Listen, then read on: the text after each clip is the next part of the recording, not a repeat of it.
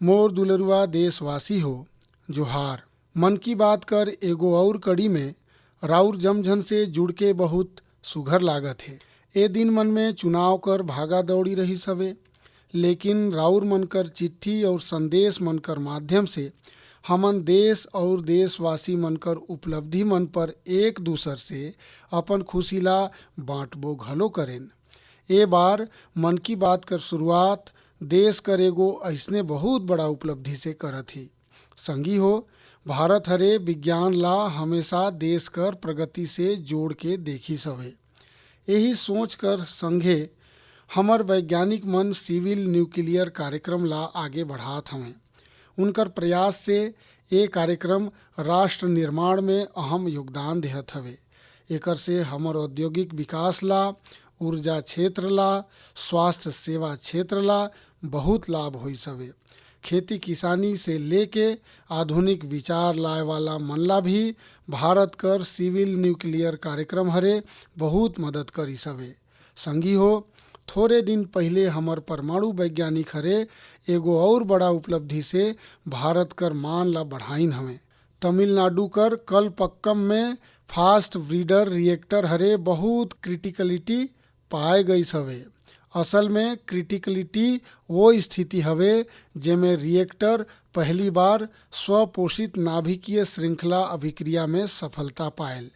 ये स्थिति कर मतलब हवे रिएक्टर कर काम करे वाला अवस्था में पहुंचना। भारत कर नाभिकीय ऊर्जा यात्रा में ए हर एगो ऐतिहासिक मील कर पत्थर हवे। और एगो बड़ा बात ये भी हवे कि परमाणु रिएक्टर पूरा तरह से स्वदेशी तकनीक से बनल हवे। संगी हो, एला ब्रीडर रिएक्टर काबर कहथे, एकर पीछे भी एगो कारण हवे। यहर एगो ऐसन प्रणाली हवे जो ऊर्जा कर उत्पाद कर संघे संघे भविष्य बर नवा ईंधन घलो अपने ले तैयार करेल। संगी हो, मोके मार्च 2024 कर वो समय भी याद हवे जब मैं कलपक्कम में रिएक्टर कर कोर लोडिंग कर साक्षी बने रहन। मैं वो जमझन ला बधाई देहत हूँ जे हरे भारत कर परमाणु कार्यक्रम में अपन अमूल्य योगदान देहिन हवे। देशवासी मन कर जीवन बेहतर और आसान बनाए बर ओमन कर ये प्रयास बहुत ही सराहनीय हवे। एकर से विकसित भारत कर हमर संकल्प ला भी एगो नवा ऊर्जा मिलही। मोर दुलरुआ देशवासी, मन की बात में आज मैं एगो ऐसन शक्ति कर बात करना चाहत हूँ जो अदृश्य हवे, लेकिन जेकर बिना हमर जीवन एको घनी चले नहीं सके। यही ताकत भारत ला आगू बढ़ात हवे। ये हमर पवन शक्ति हवे। हमर प्राचीन ग्रंथ मन में कहल गईस हवे, वायुर्वा इति व्यष्टिः वायुर्वै समष्टिः। एकर मतलब ये हवे कि वायु खाली एगो तत्व नहीं हवे, यहर जीवन कर ऊर्जा हवे, यहर समष्टि कर शक्ति हवे। संगी हो, आज यही पवन शक्ति भारत कर विकास कर नवा कहानी लिखत हवे। भारत हरे हालेच में पवन ऊर्जा कर क्षेत्र में बड़ा उपलब्धि हासिल करी हवे। अब भारत कर पवन ऊर्जा उत्पादन क्षमता 56 गीगावाट से बगरा हो गई हवे। पाछू एक साल में ही करीब 6 गीगावाट नया क्षमता जुड़ी हवे। पवन ऊर्जा में भारत बहुत तेजी से आगे बढ़त हवे और दुनिया भी हमन तरफ देखत हवे। संगी हो, आज भारत पवन ऊर्जा क्षमता में दुनिया में चौथा स्थान पर हवे। ये हमर इंजीनियर मन कर मेहनत हवे, ये हमर युवा मन कर मेहनत हवे। ये हर देश कर सामूहिक इच्छा शक्ति कर प्रतीक हवे। संगी हो, गुजरात, तमिलनाडु, महाराष्ट्र, राजस्थान, देश कर अनेक राज्य एक क्षेत्र में अपन झंडा लहरात हवें। गुजरात कर कच्छ, पाटन, बनासकांठा जैसन क्षेत्र जहाँ पहले खाली रेगिस्तान दिखत रहीस, आज वहाँ बड़ा नवीकरणीय ऊर्जा पार्क बनत हवे। एकर लाभ युवा मन ला मिलत हवे, नया अवसर बनत हवे, नया क्षमता विकसित होत हवे, रोजगार कर नवा रास्ता खुलत हवे।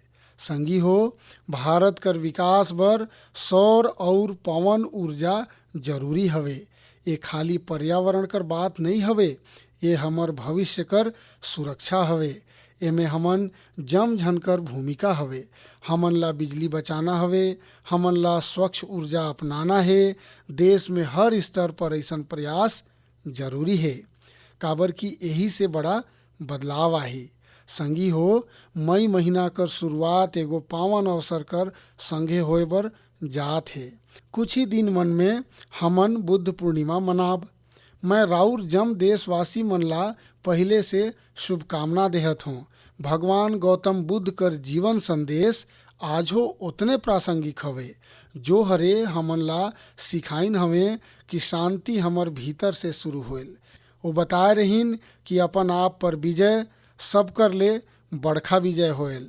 आज दुनिया जे तरह के तनाव और संघर्ष से गुजरत हवे, ऐसन समय में बुद्ध कर विचार और भी अहम होए गई सवे। संगी हो, दक्षिण अमेरिका कर चिली में एगो संस्था भगवान बुद्ध कर विचार ला आगे बढ़ावत हवे।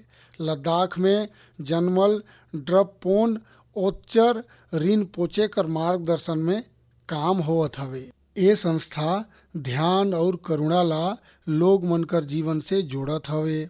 कोची गुआज घाटी में बनल स्तूप लोग मन ला शांति कर अनुभव कराथे। सिरथों में एला देख के गर्व होथे। भारत कर पुराना धारा दुनिया तक पहुँचत हवे। दूर दराज कर लोग मन भी एकर से जुड़त हवे। संगी हो, बौद्ध परंपरा हमन ला प्रकृति से जोड़ना भी सिखाथे। भगवान बुद्ध के ज्ञान एगो रूख कर तरी मिले रहिस। प्रकृति हमर जीवन कर अभिन्न हिस्सा हवे। देश में भी ऐसन प्रयास होवत हवे। कर्नाटक कर कर्मा मॉनेस्ट्री एकर अच्छा उदाहरण हवे। ये मठ कर जीवंत जंगल क्षेत्र हवे, जो 100 एकड़ में बगरिस हवे। ए जंगल में 700 ले बगरा देसी रुख मन ला संरक्षित करल गई से। संगी हो, बुद्ध कर संदेश सिर्फ अतीत नहीं है, ये आज भी प्रासंगिक हवे और भविष्य बर भी जरूरी हवे। बुद्ध पूर्णिमा कर ये अवसर प्रेरणा देथे। हमन अपन जीवन में शांति बढ़ाई, करुणा ला अपनाई और संतुलन कर संग आगू बढ़ी। मोर दुलरुआ देशवासी हो, रौरे जम्मो झन जानत हई, हमर देश में अब 23 जनवरी मने नेताजी सुभाष कर जयंती से लेके 30 जनवरी मने गांधी जी कर पुण्यतिथि तक गणतंत्र कर महोत्सव मनाल जाथे।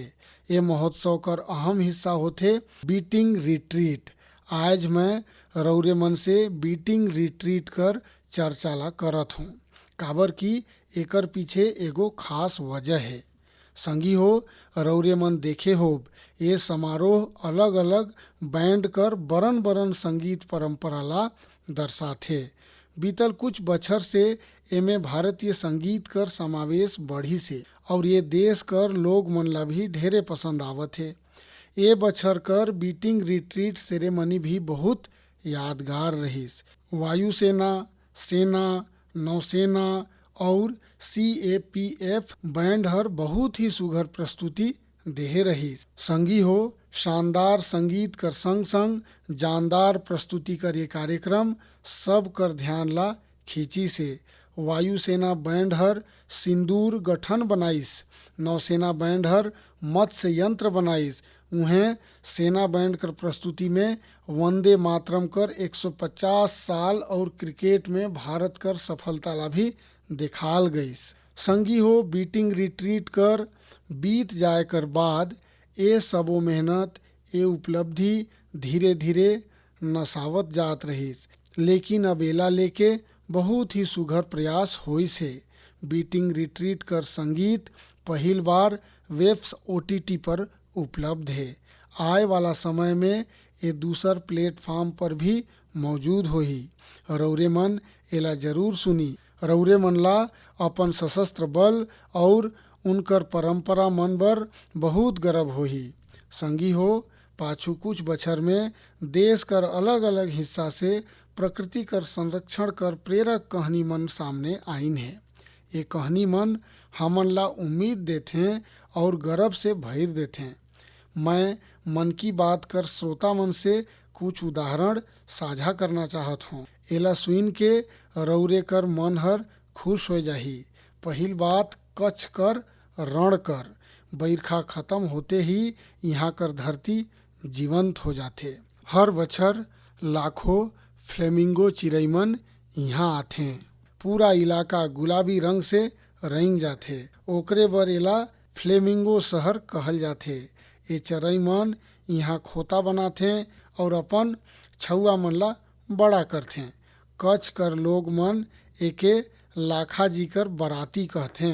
अब लाखा जी कर ए बराती कच्छ में पर्यावरण संरक्षण कर बड़ा सुघर प्रतीक बन गई से। संगी हो, दूसर किस्सा आदमी और जंगली जीव मन कर सहयोग कर हवे और ये उत्तर प्रदेश से है। यहाँ कर तराई इलाका मन में फसल कर समय हाथी मन कर झुंड गांव कती आथे। एकर से टकराव कर आशंका बढ़ जाथे। लेकिन अब यूपी में भी गज मित्र जैसन प्रयास शुरू होइसे। गांव कर लोग मन ही दल बनाए करके हाथी मन पर नजर रखथे। वो समय रहते लोग मन ला सतर्क करत रहथे। एकर से टकराव कम होवत है और लोग मन में भरोसा बढ़त है। संगी हो, मध्य भारत से भी एक अच्छा खबर आई से। छत्तीसगढ़ में ब्लैक बक मने करिया हिरण फिर से दिखाई देहे लागिन है। एक समय इनकर संख्या बहुत कम हो गए रहिस, लेकिन सरलगा प्रयास होइस और संरक्षण बढ़ाल गइस। आज ये फिर से खुला मैदान मन में दौड़त नजर आवत हैं। ये हमर बिसरत विरासत कर वापसी हवे। ऐसे ही उम्मीद ग्रेट इंडियन बस्टर्ड मने गोड़ावड़कर संरक्षण में भी दिखत है। ये चरई मन हमर रेगिस्तानी इलाका कर पहचान होवत रहिन, लेकिन एक समय इनकर संख्या बहुत कम हो गए रहिस। हालत ये रहिस कि ये चरई मन लुप्त होकर कगार में पहुंच गए रहिन। लेकिन अब एकर संरक्षण बर बड़ा अभियान चलत है। वैज्ञानिक तरीका अपनाल जात है, प्रजनन केंद्र बनाल गई से और अब नवा जीवन कर शुरुआत दिखाई देहत है। संगी हो, प्रकृति और मानव अलग नहीं है। हमन एक दूसरे के संगी हवन। जब हमन प्रकृति ला समझथन, ओकर सम्मान करथन और ओकर साथ मिल के चलथन तो बदलाव साफ दिखाई देथे। आज यही बदलाव देश कर कोना कोना से नवा उम्मीद बन के सामने आवत है। मोर दुलरुआ देशवासी हो, उत्तर पूर्व हमरे जमझनबर अष्टलक्ष्मी है। यहाँ भरपूर प्रतिभा है और उत्तर पूर्व कर प्राकृतिक सुंदरता भी सबकर ध्यान खींचेल। मन की बात में भी हमरे अक्सर उत्तर पूर्व क्षेत्र कर लोग मन कर उपलब्धि मन ऊपर चर्चा करत आए ही। आज इसने ही एक और उपलब्धि कर मैं राउर से चर्चा कर हूँ और वो है बांस कर क्षेत्र में उत्तर पूर्व कर सफलता। संगवारी हो, जे चीज ला कभी बोझ कर रूप में देखल जात रहिस, वो आज रोजगार, कारोबार और नवाचार ला नया गति देहत है। हमर दाई बहिन मन एकर सबले बड़े लाभार्थी हैं। राउर मन ला ये जान के हैरानी होही कि बांस कर परिभाषा बदल देहे से केतरा बड़े परिवर्तन आई से। संगवारी हो, अंग्रेज मन कर बनाल कानून कर हिसाब से बांस ला रूख कर रूप में परिभाषित करल गए रहिस और एकर ले जुड़ल नियम बहुत कड़ा रहिन। कहों जग भी बांस ला ले जाना बहुत मुश्किल रहिस। ऐसे में यहाँ कर लोग मन बांस ले जुड़ल काम धंधा से दूर हो गईन। संगवारी हो, बछर 2017 में कानून में बदलाव करके हमरे बांस ला रूख कर श्रेणी से बाहर करेन, जेकर नतीजा सबकर सामने है। आज पूरा उत्तर पूर्व में बांस क्षेत्र फलत फूलत है। लोग लगातार नवाचार करके एमे मूल्य संवर्धन करत हैं।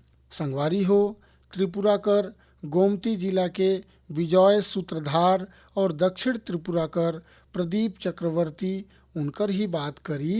ये मन नया कानून मन ला अपन बर एक बड़ा अवसर कर रूप में देखिन। फिर ये मन अपन काम ला तकनीक से जोड़िन। आज वो पहले ले कहीं बेहतर और कहीं ज़्यादा बांस कर उत्पाद बनात हैं। नागालैंड कर दीमापुर और आसपास कर इलाका मन में कई ऐसे स्वयं सहायता समूह हैं जेमन बांस से जुड़ल खाद्य उत्पाद में मूल्य संवर्धन करीन हैं। उहाँ खोरोलो क्रिएटिव क्राफ्ट जैसे टीम मन भी हैं जेमन बांस कर फर्नीचर और हस्तशिल्प ऊपर काम करत हैं। संगवारी हो, मिजोरम कर मामित जिला में ऐसे ही दल हैं जेमन बांस के टिश्यू कल्चर और पॉली हाउस प्रबंधन ऊपर काम करत हैं। मोके सिक्किम में गंगटोक कर करीब लक्सटल बाम्बू इंटरप्राइज टीम कर बारे में भी पता चली से। ये बांस से हस्तशिल्प, अगरबत्ती स्टिक, फर्नीचर और इंटीरियर डेकोर आइटम बनात हैं। संगवारी हो, मैं यहाँ पर कुछ उदाहरण देहे हूँ। देश में बांस क्षेत्र कर सफलता कर ये सूची काफ़ी लंबा है। मैं राउर जमझन से आग्रह करूं कि उत्तर पूर्व क्षेत्र कर कोई न कोई बांस कर उत्पाद जरूर खरीदी। राउर एला उपहार कर रूप में भी दे सकती। राउर ये प्रयास से वो लोग मन कर हौसला बढ़ी जे बांस कर उत्पाद बनाए में अपन पसीना बहात हैं। मोर दुलरुआ देशवासी हो, तेजी से बदलत हुए ये समय में तकनीक हमर जिंदगी कर बहुत बड़ा हिस्सा बन गई से। आज हमरे अपन अतीत ला वर्तमान कर साथ जोड़े में भी तकनीक कर कमाल देखत ही। ये दिशा में हाल ही में एक ऐसा विकास हुई से जेकर से शिक्षा से जुड़ल लोग और इतिहास में रुचि रखे वाला बहुत खुश होइन है। संगवारी हो, कुछ दिन पहले ही नेशनल आर्चिव्स ऑफ इंडिया हर एक विशेष पोर्टल पर एक अनोखा डेटाबेस साझा करी से। ये संस्था हर 20 करोड़ ले भी बगरा अमूल्य दस्तावेज मन ला डिजिटाइज करके सार्वजनिक करी से। एमन में से कुछ तो बहुत ही दिलचस्प हैं। 7वीं शताब्दी कर गिलगित पांडुलिपि मन भोजपत्र पर लिखिन हैं। यहाँ राउरला 8वीं शताब्दी कर एक रोचक ग्रंथ श्री भुआलय भी देखे बर मिलही। अंक मन ऊपर आधारित ये ग्रंथ एक ग्रीड कर रूप में है। रानी लक्ष्मीबाई ले जुड़ल कुछ अहम पत्र भी राउर यहाँ देख सकती। एमन से 1857 में उनकर द्वारा लेहल कुछ निर्णय मन कर पता चलेल जे उनकर पराक्रम ला दर्शाएल। जे लोग नेताजी सुभाष कर बड़े प्रशंसक हैं, उनकर लिए यहाँ नेताजी कर जीवन, आज़ाद हिंद फौज और उनकर भाषण ले जुड़ल कई दस्तावेज हैं। राउरला पंडित मदन मोहन मालवीय जी से जुड़ल कई दस्तावेज भी मिलही, जेमें बीएचयू कर स्थापना और हिंदी साहित्य सम्मेलन ले जुड़ल अहम जानकारी मन है। यहाँ हमर संविधान सभा ले जुड़ल कई अनोखा दस्तावेज भी उपलब्ध हैं। मैं राउर जमझन से आग्रह करत हूँ कि राउर www.abhilekh-patal.in में जरूर जाई। ये राउर ला अपन इतिहास कर अद्भुत अनुभव देही। संगवारी हो, चटिक कल्पना करी राउर दुनिया भर के सबसे प्रतिभाशाली लोग मनकर बीच ही राउर जग गणित कर बहुत ही कठिन सवाल है। एला सुलझाए बर समय है बस 4.5 घंटा। मतलब समय बहुत कम है और प्रतियोगिता अंतर्राष्ट्रीय है, बहुत तगड़ा है। ऐसे स्थिति में नर्वस होना बहुत ही स्वाभाविक है, लेकिन यही परिस्थिति में हमर बेटी मन कमाल कर देहिन। ये महीना कर शुरुआत में फ्रांस कर बोर्दो में यूरोपियन गर्ल्स मैथमेटिकल ओलंपियाड कर आयोजन हो रहीस। गणित में गहरा रुचि रखे वाला स्कूली छात्रा मन बर एक बड़े प्रतियोगिता रहीस। ये दुनिया कर सबले सम्मानित प्रतियोगिता मन में से एक है। ये ओलंपियाड में हमर बेटी मन अब तक कर सबले बेहतरीन प्रदर्शन करीन। मोके प्रतिभाशाली टीम पर बहुत गर्व है। एमे मुंबई कर श्रेया मुंदड़ा, तिरुवनंतपुरम कर संजना चाको, चेन्नई कर शिवानी भरत कुमार और कोलकाता कर श्रीमोई बेरा शामिल रहीन। एमे हमर टीम विश्व में 6वां स्थान पर रहीस। श्रेया हर स्वर्ण पदक जीत के इतिहास रच देहिस। रंजना हरे रजत तो शिवानी हर कांस्य पदक अपन नाम करिस। संगी हो, ये ओलंपियाड बर भारत में जो चयन कर तरीका हवे वो अपन आप में बहुत कठिन हवे। एकर एक बहुस्तरीय चयन कर तरीका हवे। एमे क्षेत्रीय, राज्य और राष्ट्रीय स्तर पर कठिन चुनौती मन ला पार करे पड़ेल। एकर बाद सबले बढ़ियन प्रदर्शन करे वाला छात्र मन 1 महीना कर गणित प्रशिक्षण कैंप में शामिल होते हैं। ये cap Tata institute of fundamental research कर Homi Bhabha centre of science education में आयोजित होयल। एक कैंप कर अंत में टीम चयन परीक्षा होयल। एमे प्रदर्शन कर आधार पर ही भारत कर टीम चुनल जायल। संगी हो, हर बछर देश भर कर लगभग 6 लाख विद्यार्थी मन ए गणित ओलंपियाड कार्यक्रम में हिस्सा लेथे हैं। समय कर संगे ये संख्या लगातार बढ़त हवे, यानी देश कर बेटी मन कर बीच ओलंपियाड कर ये संस्कृति तेजी से प्रसिद्ध होवत हवे। ये होनहार बेटी मन कर मदद करे बर मैं उनकर माता पिता मन कर भी सराहना करत हूँ। मोर दुलरुआ देशवासी मन, हमर देश में ये समय बहुत महत्वपूर्ण अभियान चलत हवे, जेकर बारे में हर भारतीय ला जानकारी होएक जरूरी है। ये हवे जनगणना कर अभियान। ये दुनिया कर सबले बड़खा जनगणना हवे। संगी हो, जे संगी मन पहले से एकस प्रक्रिया से गुजरिन है, ए धायर जनगणना कर उनकर अनुभव अलग होए वाला है। जनगणना 2027 ला डिजिटल बनाल गई हवे। जम जानकारी मन सीधे डिजिटल माध्यम से दर्ज होवत हैं। घर घर जाए वाला कर्मचारी मन कर पास मोबाइल ऐप हवे। ओमन रौरे से गोठ करके वही में जानकारी मन ला दर्ज करही। संगी हो, ए धायर जनगणना में राउर मन कर भागीदारी घलो आसान बनाल गई से। राउर खुद भी अपन जानकारी मन ला दर्ज कर सकत ही। कर्मचारी कर आय से 15 दिन पहले राउर मन बर सुविधा शुरू होही। राउर अपन समय अनुसार जानकारी भर सकत ही। जब राउर प्रक्रिया पूरा करब तो राउर ला एगो विशेष आईडी मिलही। ये आईडी राउर मन कर मोबाइल या ईमेल पर आही। बाद में जब कर्मचारी राउर कर घर आही, तब राउर यही आईडी दिखाए के जानकारी कर पुष्टि कर सकत ही। एकर से दोबारा जानकारी देहे कर जरूरत नहीं पड़ी। समय भी बचेल और प्रक्रिया घलो आसान हो जाएल। संगी हो, जो राज्य मन में स्वगणना कर काम पूरा होगी से, वहाँ गणना कर्मचारी द्वारा घर मन कर सूचीकरण कर काम घलो शुरू कर देहल गई से। अब तक लगभग 1,20,00,000 परिवार मन कर मकान सूचीकरण कर काम भी टूड़र गई से। संगी हो, देश कर जनगणना केवल सरकारी बूता नहीं हवे, ए हमन जम झन कर जिम्मेदारी हवे। राउर मन कर भागीदारी बहुत जरूरी हवे। राउर मन कर देहल जानकारी पूरा सुरक्षित रहेल। ए गोपनीय रखल जायल। डिजिटल सुरक्षा कर संगे एला सुरक्षित करल जायल। आई हमन जम मिल के ए प्रक्रिया में भाग ले जनगणना 2027 ला सफल बनाई। संगी हो, हमर देश में खान पियान कर परंपरा सिर्फ स्वाद तक सीमित नहीं रही सवे। यही परंपरा कर एगो दिलचस्प हिस्सा हवे भारत कर चीज। कुछ दिन पहले मैं ट्वीट कर माध्यम से एक जानकारी साझा करे रहें। ब्राज़ील में आयोजित एक अंतर्राष्ट्रीय चीज प्रतियोगिता में भारतीय चीज कर 2 ब्रांड ला प्रतिष्ठित पुरस्कार मिलिन है। ये उपलब्धि मन कर चर्चा सोशल मीडिया में भी घलो बहुत हुई से। कई ठे लोग मन मोर से कहिन कि भारत में चीज कर जो प्रकार है वो ऊपर भी चर्चा होएक चाहिए।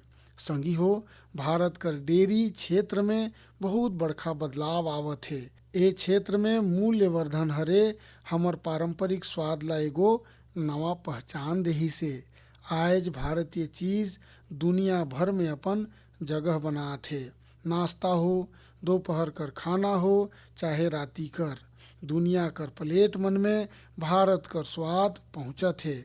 जम्मू कश्मीर कर कलारी चीज ला ही ले लई। एला कश्मीर कर मोजेरेला कहल जाथे। गुज्जर बकरवाल समुदाय कर लोग कई पीढ़ी से के बनाते और खाते आत हैं। उन्हें सिक्किम, अरुणाचल प्रदेश और लद्दाख में छुरपी बहुत प्रसिद्ध है। पहाड़ मन कर सादगी और कोमलता एकर स्वाद में भी महसूस होथे। ए चीज कर खास बात ए हवे कि एके याक कर दूध से बनाल जाथे। संगी हो, महाराष्ट्र और गुजरात में टोपली नु पनीर जेके सुरती चीज भी कहल जाथे, वो भी अपन एक अलग पहचान रखथे।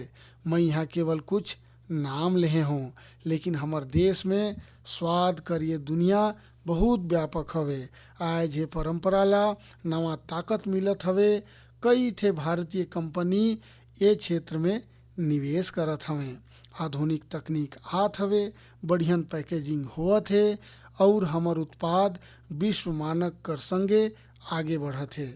एकरे परिणाम है कि भारतीय चीज अब देश कर सीमा से निकल के दुनिया कर बाजार मन में और होटल मन में पहुंचत है। आज हमन लोकल से ग्लोबल कर गोठ करत हन, ओमे भारतीय चीज कर उदाहरण हमन ला आगू कर दिशा दिखावत है। मोके विश्वास है भारत कर स्वाद, भारत कर परंपरा और भारत कर गुणवत्ता दुनिया कर लोग मन ला एगो नवा अनुभव देही और भारत से एगो नवा जुड़ाव भी बनाही। मोर दुलरुआ देशवासी मन, ए महीना देश कर कई ठे हिस्सा मन में नव वर्ष कर संगे कई ठे पर्व तिहार मनाल गईस। कुछ ही दिन बाद 9 मई के 25 बैसाख के मौका पर हमन गुरुदेव टैगोर कर जन्म जयंती मनाब। गुरुदेव बहुआयामी व्यक्तित्व कर धनी रहिन। वो एक महान लेखक और विचारक तो रहिन ही, ओ हरे कई ठे प्रसिद्ध संस्थान मन ला भी आकार देहिन। गुरुदेव टैगोर लोग मन बर ऐसन उद्योग कर पक्षधर रहिन जेमे स्थायी रोजगार मिल सके, संगे गांव मन कर कल्याण हो। उनकर रविंद्र संगीत कर प्रभाव आज घलो दुनिया भर में बनल है। मोर बर शांति निकेतन कर यात्रा मन यादगार रहिस। ये वही संस्थान हवे जेके वो पूरा समर्पण भाव से सिंचिन और संवारिन। उनके एक धायर मोर फिर से विनम्र श्रद्धांजलि।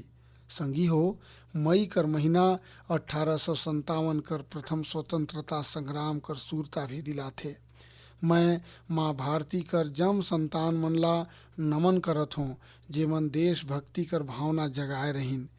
ये समय स्कूलिया बच्चा मन कर छुट्टी कर होयल। मोर निवेदन है कि वो अपन छुट्टी कर भरपूर मजा लें और कुछ नवा सीखे कर कोशिश करें। घाम करे मौसम में राउर जमझन अपन स्वास्थ्य कर पूरा ध्यान रखी। अगला महीना राउर से फिर भेंट होही, कुछ नवा विषय कर संगे, देशवासी मन कर कुछ नवा उपलब्धि मन कर संगे। बहुत बहुत धन्यवाद।